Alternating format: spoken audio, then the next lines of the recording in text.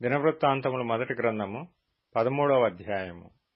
దావీదు సహస్రాధిపతులతోనూ శతాధిపతులతోనూ అధిపతులందరితోనూ ఆలోచన చేసి సమాజముగా కూడిన ఇశ్రాయేలీలందరితో ఈలాగు సెలవిచ్చెను.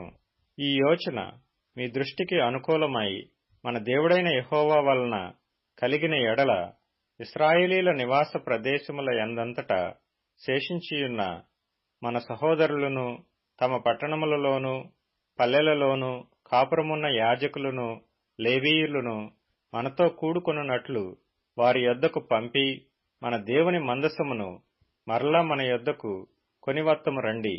సౌలు దినములలో దాని యొద్ద మనము విచారణ చేయకయే యుంటిమి. ఈ కార్యము సమాజకులందరి దృష్టికి అనుకూలమాయన గనుక జనులందరూ ఆ ప్రకారము చేయుదుమనిరి.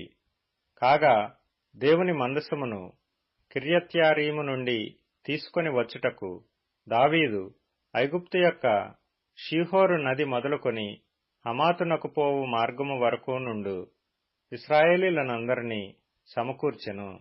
కెరూబుల మధ్య నివాసము చేయు దేవుడైన యెహోవా నామము పెట్టబడిన ఆయన మందసమును యూదాలో నుండు కిర్యత్యారీము అనబడిన బాలా నుండి తీసుకొని వచ్చుటకై అతడును ఇశ్రాయేలీలందరూ అచ్చటికి పోయిరి.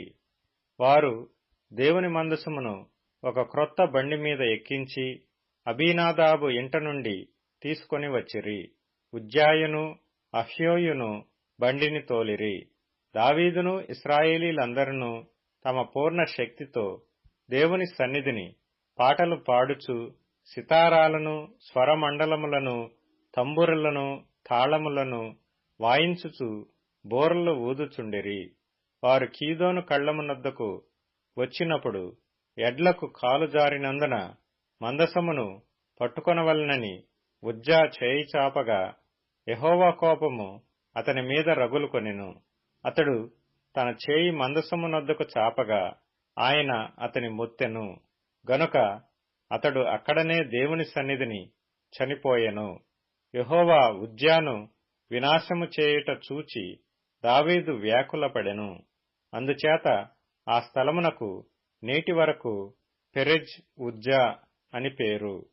ఆ దినమున దావీదు దేవుని విషయమై భయమొంది దేవుని మందసమును నా యొద్దకు నేను ఏలాగు తీసుకొని పోవుదుననుకొని మందసమును తన యొద్దకు దావీదుపురమునకు తీసుకొని పోక దానిని గిత్తీయుడైన ఓబేదెదోము ఇంటిలోనికి తీసుకొని పోయెను.